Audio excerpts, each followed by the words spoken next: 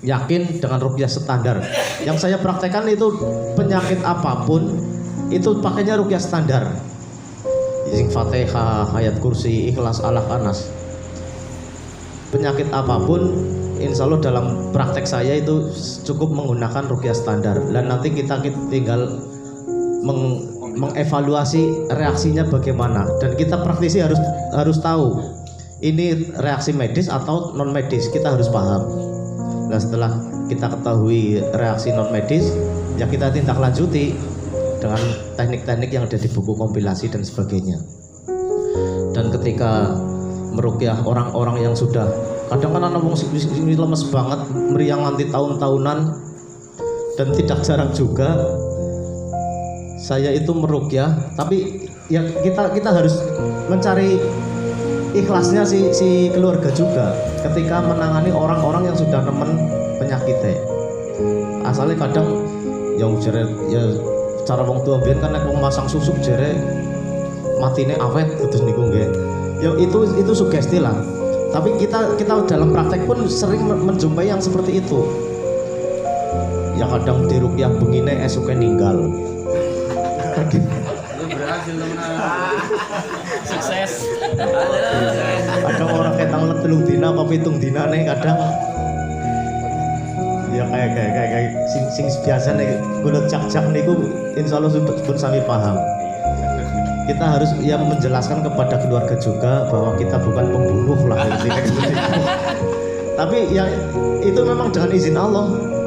Ketika kita ruqyah diangkat penyakitnya, dia merasakan kesembuhan juga walaupun akhirnya meninggal. Dia merasakan kenyamanan dalam tubuhnya sing mikine jare manten pegal jare ya ilang pegane, sing maune pada pegel awake ya ilang pegel awake. Dan ya di sisi lain ya gue orang suwe kok dadi ninggale gue kan sing jadi tapi insya Allah kita yakin, kita juga mendoakan kepada keluarga bahwa itu adalah mati yang husnul khotimah. Amin. Dengan setelah diruqyah dia kita Islamkan, dianyar-anyari Islame, kita dakwahi, ya itu tujuan cara itu yang utama kan dakwah.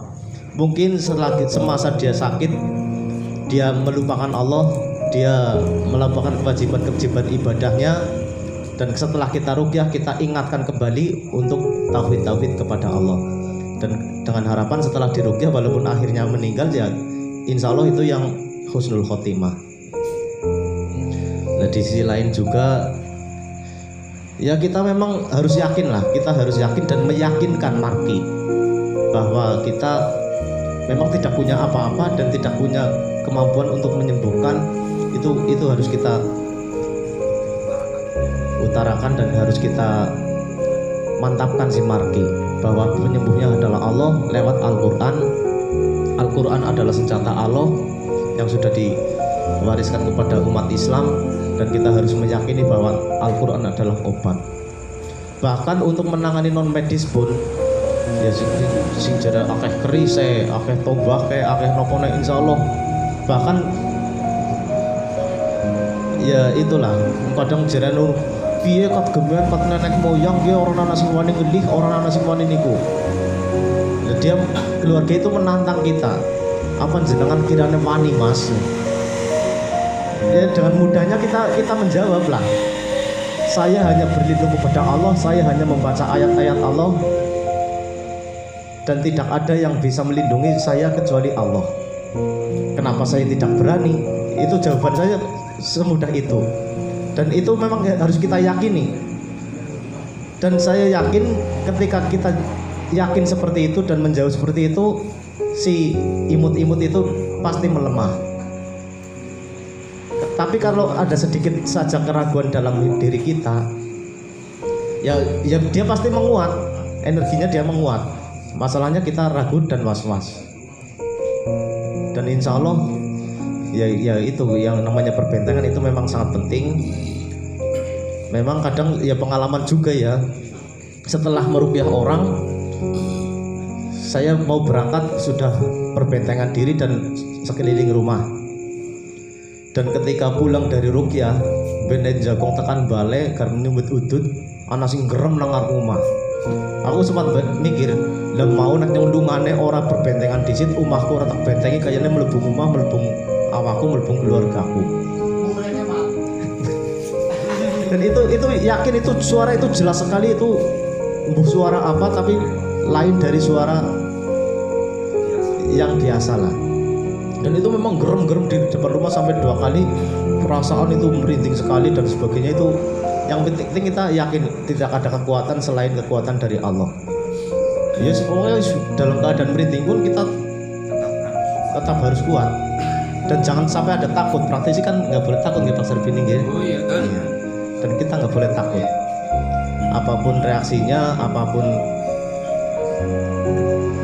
kondisinya, dan insya Allah dengan kalimat-kalimat Allah si imut itu pasti akan melemah lah. Yakin akan melemah.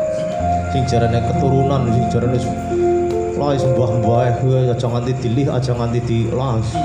Jare kiai, jare dukun. Insya Allah dengan sing penting intinya keyakinan kita lah.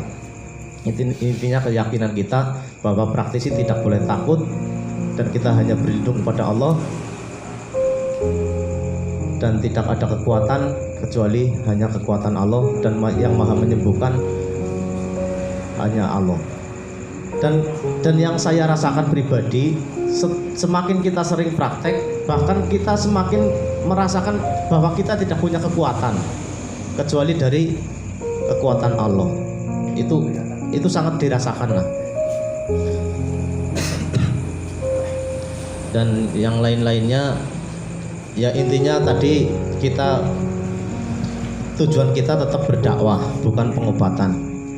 Sing diomong nama Pak Mbah Sudiman iku jare nyong sing paling boros air rukyah, memang saya akui kadang nyong jod sekrat rongkrat dengan tujuan yaitu setelah kita rukyah, kita tinggali orang ketang sebotol, yakin dia semakin mantap dan semakin kita berdakwah di Jamiyah bahwa kita bukan sendirian.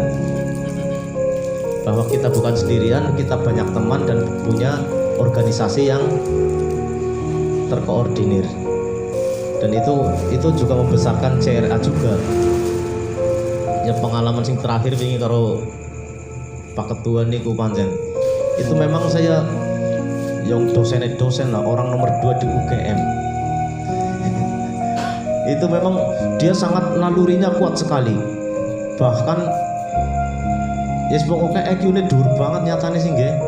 Kita hanya berkomunikasi saja, kalau kita tidak berlindung kepada Allah pasti akan kalah dengan debatnya lah. Tapi kita hanya semelek saja, malah alhamdulillah dia langsung iya aku wingi-wingi pancen cuma mengandalkan otak. Saya tidak mengetahui kelebihan Allah. Saya hanya mengandalkan kekuatan otak saya, pemikiran saya yang ada di dunia ini. Dan saya memang waktu-waktu kemarin saya sudah melelehkan kewajiban sebagai orang Islam. Dan ternyata waktu itu memang dia sedang positif COVID,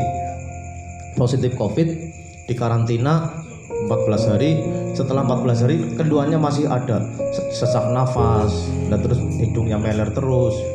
Setelah diruqyah, alhamdulillah pagi-pagi itu langsung kembali ke rumah saya. Ujarku ya babugar asing debat maning, ujarku malah matur nuwun alhamdulillah niki keluhan sing wingi jare wis diobati apa bae sianan nang awakku sing nempel bareng diruqyah kur gedene reaksi mutah karo moncrot irunge ki malah awakku kepenak banget, rasanya nyaman banget. Alhamdulillah. Berarti penyakit COVID diruqyah asal kita yakin dan meyakinkan si mar'i, dengan izin Allah pasti sembuh. Nah itu sudah beberapa kali saya meruqyah orang-orang yang sudah positif COVID, dan insya Allah ya memang saya yakin itu izin Allah lah, izin Allah. Dan setelah kita ruqyah, kita dakwai bahwa semua penyakit, bahkan virus, bakteri, kuman itu pun makhluk Allah yang bisa keluar dengan izin Allah. Dan ya kan secara medis itu kan ya cuma penyakit saja, tapi secara ruqyah, ilmu ruqyah itu adalah makhluk Allah Ya sekecil apapun virus bakteri COVID itu pasti punya mata, punya hidung, punya paru-paru, punya jantung. Sudah sekecil itu masih ada organ tubuhnya. Itulah kekuasaan Allah, dan bisa keluar dan bisa sembuh dengan izin Allah. Saya cuma meyakinkan dan dengan bahasa saya sendirilah. Insya Allah dia semakin yakin dan semakin mantap dan mau diruqyah.